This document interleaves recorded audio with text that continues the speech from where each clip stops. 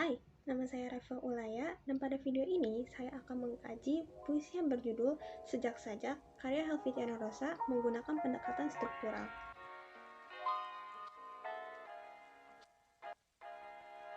Pendekatan struktural ini adalah pendekatan yang memfokuskan kajian pada struktur puisi, yakni struktur fisik dan struktur batin.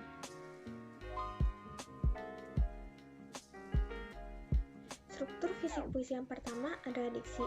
Diksi memiliki arti dalam KBBI pemilihan kata yang tepat untuk mengungkapkan gagasan agar mendapatkan efek yang sesuai. Nah, dalam diksi terdapat dua makna, yakni makna konotasi dan makna denotasi. Makna konotasi dalam puisi ini salah satu contohnya adalah kata biru, karena biru di sini bukan berarti warna biru, namun memiliki arti kebebasan atau ketenangan.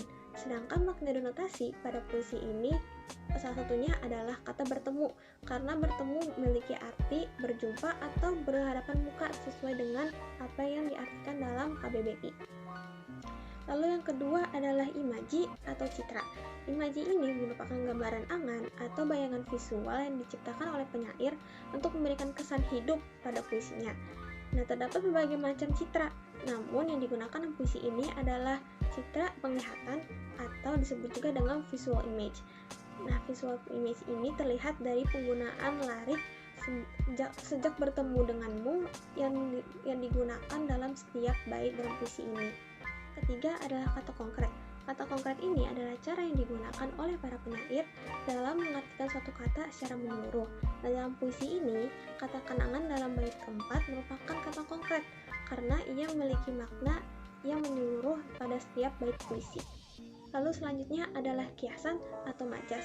Terdapat banyak majas yang digunakan dalam puisi ini. Salah satunya adalah majas personifikasi. Nah, majas personifikasi ini dapat dilihat dari kutipan larik di samping, di mana penyair menghidupkan kata sajak layaknya manusia yang dapat lahir dan beranak pinak. Lalu yang kelima adalah rima. Rima terdapat dua macam, yakni aliterasi dan asonansi. Jika dilihat dari bait keempat dalam puisi ini, terdapat asonansi bunyi huruf vokal A. Lalu yang terakhir adalah tipografi. Tipografi ini adalah bentuk visual dari puisi yang berupa tata huruf dan tata baris dalam karya sastra.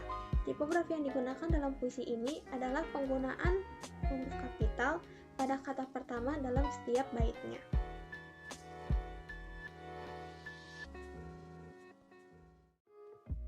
Struktur batin puisi yang pertama adalah tema. Tema merupakan gagasan pokok yang dikemukakan oleh penyair melalui puisinya.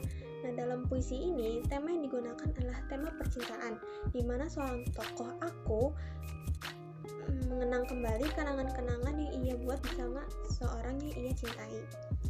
Lalu yang kedua adalah nada. Nada dapat mengungkapkan sikap penyair terhadap para pembacanya. Nada yang digunakan dalam puisi ini adalah nada romantis, terlihat dari bait pertama dari puisi ini. Lalu yang ketiga adalah perasaan. Perasaan berhubungan dengan suasana hati yang dirasakan oleh penyair ketika menulis puisi.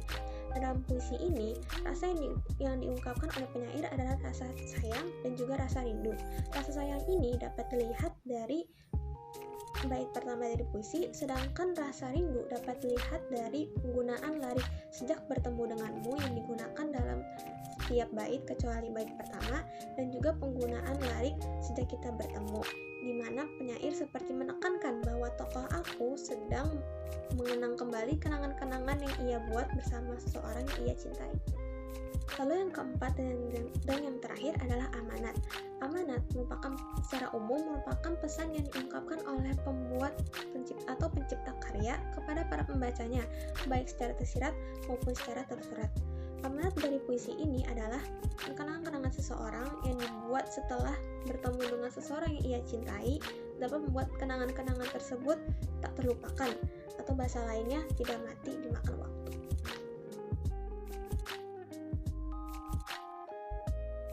Sekian kajian puisi dari saya.